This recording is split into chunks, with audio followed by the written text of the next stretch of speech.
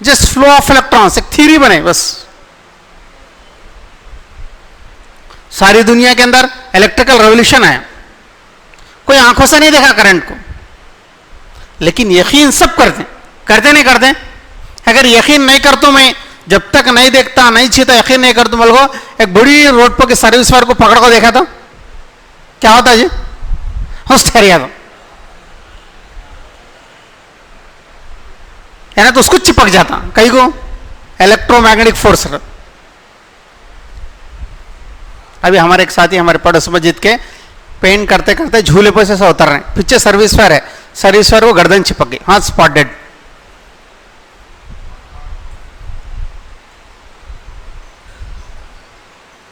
आंखों को नजर नहीं आ रहा करंट, लेकिन यकीन है कि भाई है।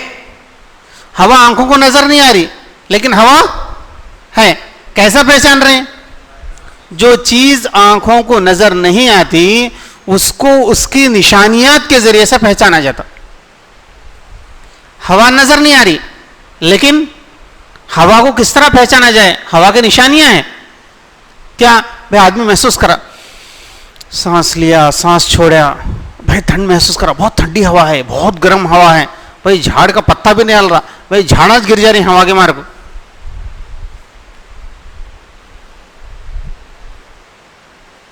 निशानियां हैं, आदमी देखता नहीं लेकिन निशाने के जरिए पहचान रहा। क्यों? कि जो चीज आंखों को नजर नहीं आती उसको उसकी निशानियां के जरिए से पहचाना जाता। करंट है, कोई दिखता नहीं लेकिन उसकी निशानी है कि भाई फैन फिर रहा, ट्यूबलाइट है, इंडिकेटर्स है, करंट है। अगर लाइट चले गए, फैन चले गए, इंडिकेटर्स चले गए, टॉर्च चल, सारी चीज भाई करंट नहीं है। आंखों को नजर नहीं आ रहा तो किस तरह पहचान रहे? अरे बोलो ना भाई, उसको उसके निशानियत के जरिए से पहचान रहे हैं। जो चीज आंखों को नजर नहीं आती उसको उसकी निशानियत के जरिए से पहचाना जाता। इसी तरह अल्लाह नजर नहीं आ रही, अल्लाह नजर नहीं आ रही, अल्लाह को किस तरह पहचानना? अल्लाह को अल्लाह की कुदरत की निशानियों के जरिए से पहचानना। भाई आप दोनों जरा सामने आओ, कहीं टवर कट हो गया सर का दिख रहा दो जने का। दीन की बात के सुनने के 3 कंडीशंस है, कहते देखो अच्छी ध्यान से सुनो, दीन की बात को सुनने के 3 कंडीशंस है। जब भी दीन के मजलिस में बैठे ये 3 शराइत को पूरा करें। नंबर 1, दीन की बात को ध्यान और तवज्जो के साथ सुनना। ध्यान और तवज्जो के माने क्या? आंख भी मुतवज्जह रहना, कान भी मुतवज्जह रहना। खाली मुंडे से रखो माशाअल्लाह माशाअल्लाह माशाअल्लाह, क्या हो रहा, खाली मुंडे हिलाते रहते नहीं। कान का दरवाजा आंख है, आंख खुली है तो कान रहता, और कान भी मुतवज्जह रहना, आंख ही बोल कर नहीं। इंटरमीडिएट में मैं जूनियर कॉलेज में पढ़ा रहा था, मैं 2005 में స్టూడెంట్స్ को पूछता था ఏంట్రా ఫిజిక్స్ క్లాస్ ఎట్టా జరిగిందంటే ఏం కాదు సార్ మస్తు నిద్రపోతాం వల్ల ఎట్టా నిద్ర పడదు ఏం కాదు సార్ సింపుల్ ఇది కళ్ళు మూసుకుంటే సార్ కనుక్కుంటారని ఏం కాదు స్ట్రైట్ మస్తు తింటాం హాస్టల్లో మస్తు ఇట్టనే నిద్రపోతారంట ఇంకా ఫుల్ నిద్రపోయినప్పుడు కొంచెం ఇట్లా కళ్ళు పూస్తే పక్కన చెప్తుంటారు రే సార్ చూస్తున్నాడు మళ్ళీ ప్రాక్టీస్ చేస్తున్నాం సార్ కళ్ళు ఓపెన్ చేసి నిద్రపోసి ప్రాక్టీస్ చేస్తాం క్లాస్లో खाली आंख भी नहीं बल्कि कान भी मुतवज्जे रहना है बात समझ में। तो पहली बात ध्यान और तवज्जो से सुनना, वरना एक जागो एक सुनते। दूसरी बात दीन की बात सुनते वक्त यकीन की बुनियाद पर सुनना, यही हक है और यही सच है, यही हक है और यही सच है। और शैतान शक में डालता, इसलिए यकीन की बुनियाद। शैतान क्या बोलता? सोच सुनकर ऐसा हुआ रहा था, ओ ज़माने में हुआ रहूँगा ले उन्हों नबियाँ अल्लाह वाले हमें कहाँ ढमचे के आदमी बोलते। शैतान शक में डालता, वो ज़माने में हुआ होगा आप कहाँ होगा। यकीन की बुनियाद पर सुनना कि यही हक है और यही सच है, सुनेंगे इंशाअल्लाह। तीसरी चीज़ नियत करके सुनना, जो बात दीन की सुन रहा हूँ इस पर इंशाअल्लाह अमल भी करूँगा और सारे आलम के इंसानों तक पहुँचाऊँगा। कौन कौन नियत करेंगे बोलो? अपने दिल में सब नियत करेंगे इंशाअल्लाह। हाँ, तो ध्यान तवज्जो से सुनना, नियत करके सुनना